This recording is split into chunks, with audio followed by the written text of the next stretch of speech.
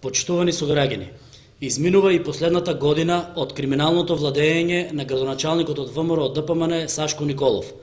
Неговиот досегашен мандат го посвети на реализирање на проекти од личен интерес, интересите на председателот на Советот од редовите на ВМРО ДПМН Никола Миовски, како и лица блиски до нив.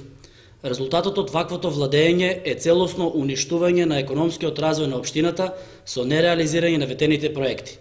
Ја нема ветената технолошко-индустријска развојна зона која што требаше да го поттикне економскиот развој и да придонесе во отварање на нови работни места, а со тоа и во подобрување на квалитетот на животот на граѓаните.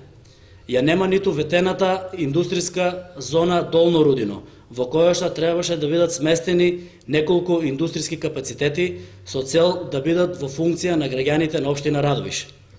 Ја нема ниту ветената изградба на пазарот во населба Куклевица, која што требаше да биде завршен до 2015 година, а тој се уште не е ни започнат.